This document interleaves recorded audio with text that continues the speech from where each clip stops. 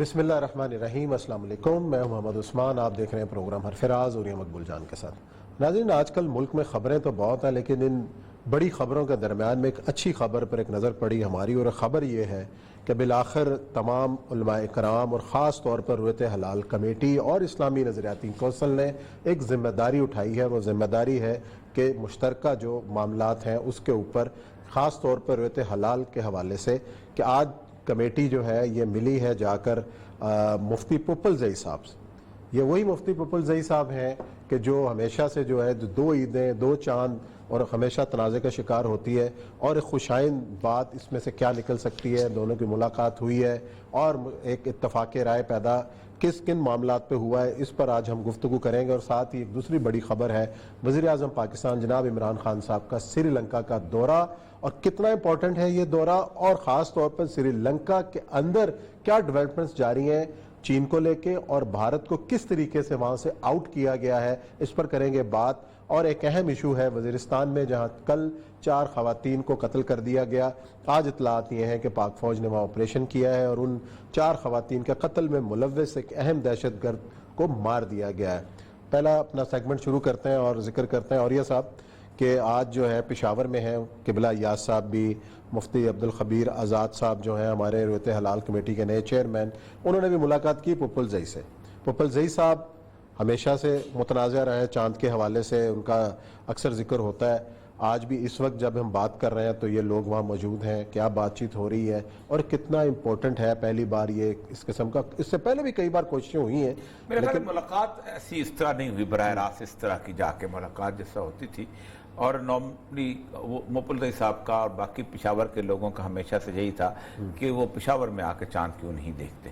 آپ دیکھیں نا، مسئلہ سارا یہ ہے کہ پشاور کے لوگ جو تھے وہ اکثر اوقات افغانستان کی حکومت کے ساتھ اس زمانے سے، مغلوں کے زمانے سے وہ دیکھتے تھے چاند، تو اس طرح وہ عید کیا کرتے تھے، وہی ان کی ٹریڈیشن چلی آ رہی تھی۔ اصل مسئلہ یہ ہے کہ یہ معاملہ طے ہونا چاہیے امت مسلمہ کے سطح پر۔ صحیح۔ اس کی وجہ یہ ہے کہ امت مسلمہ کے سطح پر اس وجہ سے طے ہونا چاہیے کہ 28 دن کو 12 گھنٹے اور کوئی 27-28 منٹ کے قریب پورا چاند کا ٹرن اوور ہوتا ہے، اور اس کے اندر آپ اگر پوری امت میں اگر 4 یا 5 جگہ آبزرویٹری لگا دیں اور ایک جگہ اگر آپ کہہ دیں کہ یہاں سے چاند نظر آیا تو اطلاع، میں اس کی حدیث سناتا ہوں، پھر قبلہ یا صاحب نارائن پہ ہیں۔ رسول اکرم صلی اللہ علیہ وسلم ایک حدیث ہے کہ آپ روزے میں تھے، تو کچھ 2 اصحاب جو تھے وہ آئے باہر سے اور آ کے انہوں نے آپ کو بتایا کہ ہم نے تو کل چاند دیکھ لیا تھا، تو اب چاند ہم نے دیکھ لیا تو ہم عید منا رہے ہیں آج۔ تو آپ نے سیدنا بلال سے کہا کہ بلال اعلان کر دو کہ لوگ روزہ توڑ دیں۔ یہ آپ نے صرف یہ پوچھا کہ آپ مسلمان ہو، مجھ پہ ایمان رکھتے ہو، لوکیشن کا نہیں پوچھا، دوری کا نہیں پوچھا، روزہ توڑ دیں اور کل ہم عید پڑھیں گے۔ اس کا مطلب یہ ہے کہ اگر آپ کو اطلاع پہنچ جاتی ہے کسی بھی علاقے کی اور صحیح ہے تو شعور تو پوری ہوتی ہے، تو اس کا مطلب آپ پہ لازم آ جاتا ہے۔ لیکن چونکہ ہم نے اس کو ایک نظم اجتماعی کے چکر میں ڈال کے ایک خیاست کے، لیکن یہ بہت اچھا قدم ہے۔ قبلہ یاس صاحب ہیں جی، اسلامی نظریاتی کونسل کے چیئرمین ہیں، اس وقت میں شامل ہیں اور اس وقت پشاور میں، ان سے پوچھتے ہیں کہ کیا کیا بات چیت ہوئی۔ مفتی پپل زئی صاحب نے کچھ تجاویز پیش کی ہیں۔ السلام علیکم جی قبلہ صاحب۔ السلام علیکم جی۔ السلام علیکم قبلہ صاحب۔ یاس صاحب، میری بات ہوئی ابھی، پپل زئی صاحب سفر میں تھے اور وہ کسی جگہ جا رہے تھے، تو وہ کہہ رہے تھے کہ میں نے کچھ تجاویز آپ کے سامنے رکھی تھیں، اور اگر وہ تجاویز اگر وہ اس قابل ہیں کہ پبلکلی وقت سے پہلے شیئر کر دیں تب بھی شیئر کر دیں، یا اگر آپ یہ فضا بتاتے ہیں کیسی تھی تو اس کے بارے میں آپ گفتگو کر دیں کہ ماحول کیسا تھا، امکانات کیا ہیں؟ اور امکانات کیا ہیں؟ بالکل، بہت آپ نے اچھا سوال کیا اور برمحل اور برموقع۔